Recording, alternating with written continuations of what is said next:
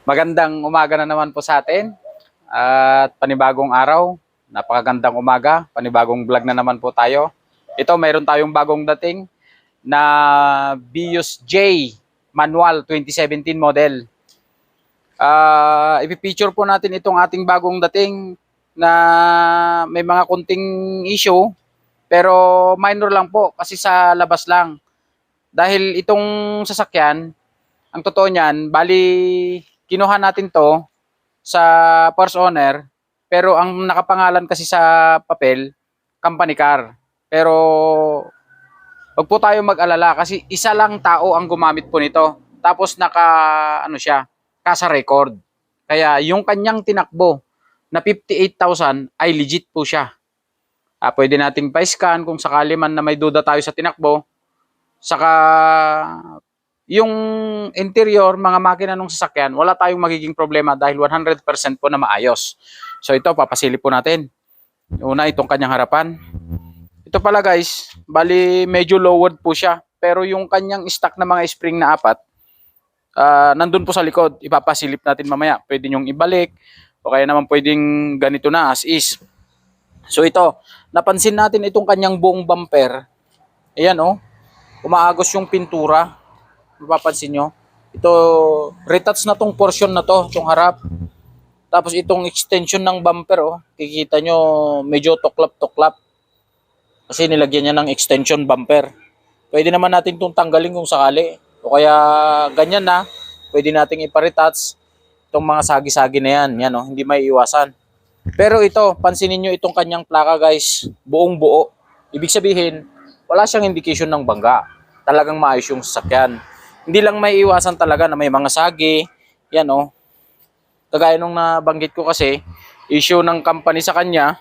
So, alam nyo naman, pag nagmamadali siguro sa trabaho, kasi medyo mababa, yun. Hindi may iwasan yung mga sagi. Pero ito, tingnan nyo yung kanyang mga kulubot. Talagang sa tingin ko, inisprehan lang to ng hindi na niliha. Ayan oh. Tapos itong kanyang side mirror. Yan oh. Medyo kupas na rin yung kanyang side mirror. Yan. Pero itong kanyang body, rig paint po. Yan. Malinis. Makintab. Yan. Papaikutan po natin itong sasakyan. Itong kanyang mags pala.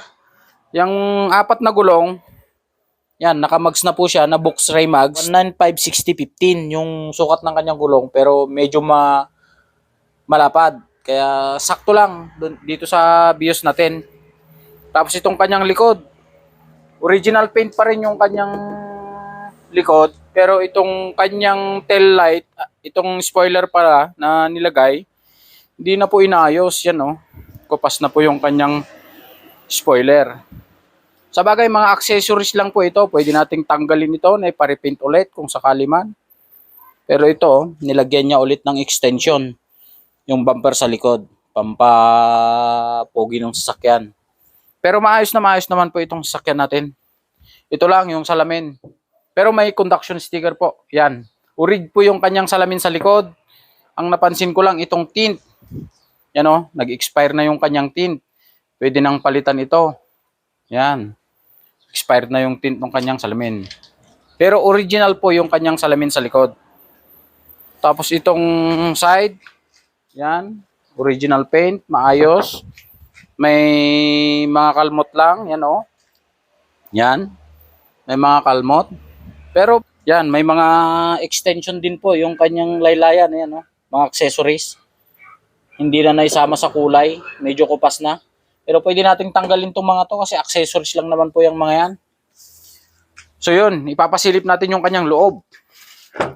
Ito oh. Yan yung kanyang interior. Napakaganda, napakalinis, naka-leather set na po siya. Hanggang dito sa sidings ng kanyang mga pinto. Intact na intact, maayos na maayos. Wala pa pong linis yan pero kita nyo naman. Talagang halatang hindi gastado yung sasakyan. Dito lang sa labas talaga. Siguro wala naman pong problema. Maayos na maayos yung sasakyan. Hanggang dito sa kanyang harap. Yan. Malinis na malinis yung kanyang mga interior sa pinto. Yung upuan sa harap, wala pang Sag, buong buo yung mga upuan. Yan. Wala pong punit. Hanggang sa kanyang mga dashboard. Ayos na maayos. Yan, yung mga sidings. Ayos na maayos po. Pati yung pagsara ng kanyang pinto. Parang rep. Maayos na maayos po yan. Yan, oh. Ayos po siya. So, ipapasilip din natin yung kanyang likod. Ito. Yung compartment sa likod, ipapasilip ko po sa inyo. Ito yung sinasabi ko kanina. Ito yung stock niyang spring kaya medyo lower siya. Andito yung stock niyang mga spring. Pwede nating ibalik yung stock. O pwede rin naman ganyan na. Tapos ito pa yung isang issue. Yan, kompleto siya yung mga tools. Mga warning device, andyan po. Pero yung kanyang reserba na gulong, nung nakuha natin yan, no, steel rim lang yung natira. Wala siyang gulong.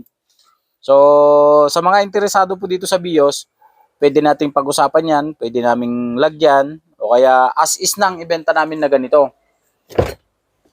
Yan, buong buo po yung kanyang likod, maayos na maayos. Pati yung pagsara ng pinto sa likod, yan o, maayos na maayos. So ito, papasilip ko rin yung kanyang makina bago natin i-start.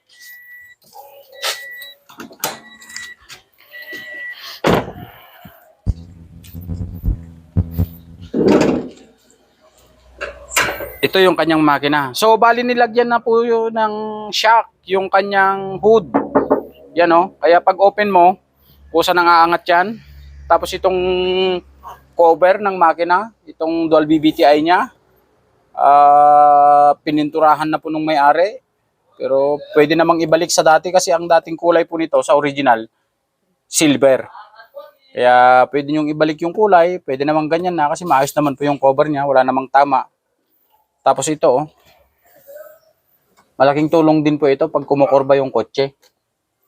Kasi mas maganda kasi hindi ko alam yung tawag dito.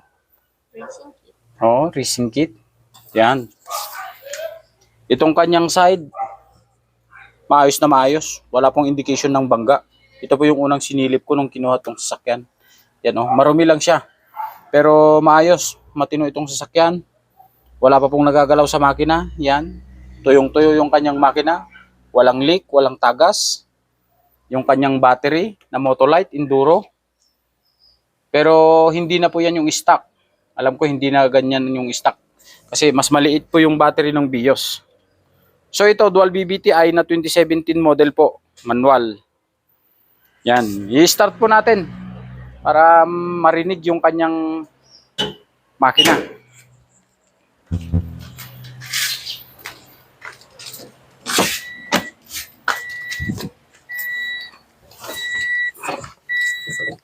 Yan.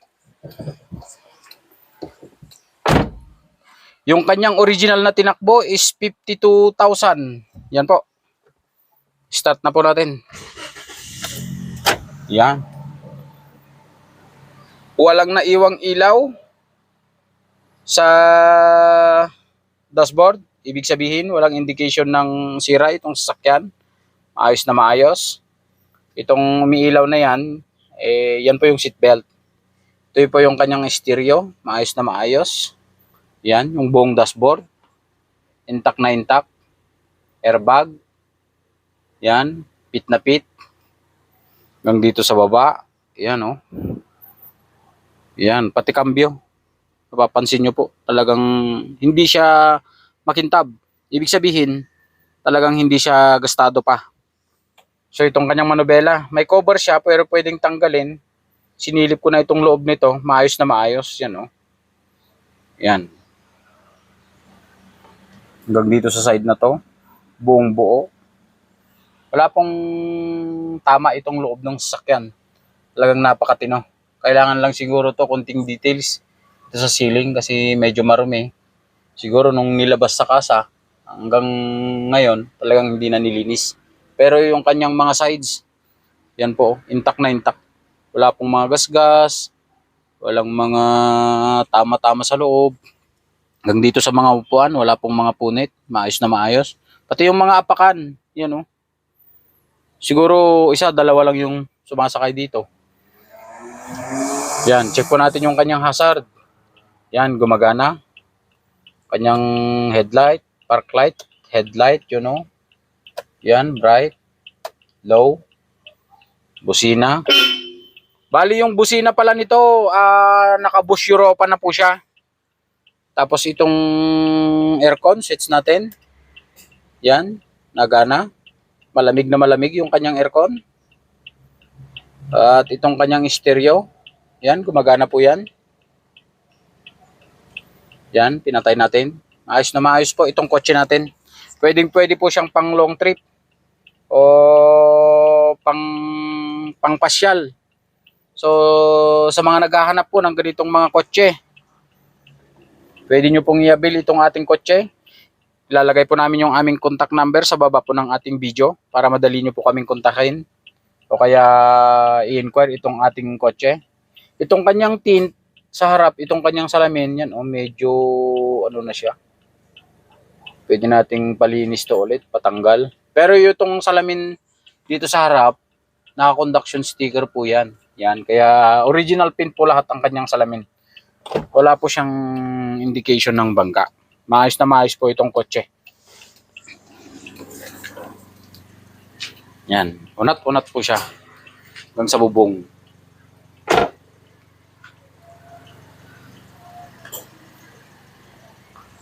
So, yung presyo pala nito, bali binebenta natin siya sa halagang 365,000.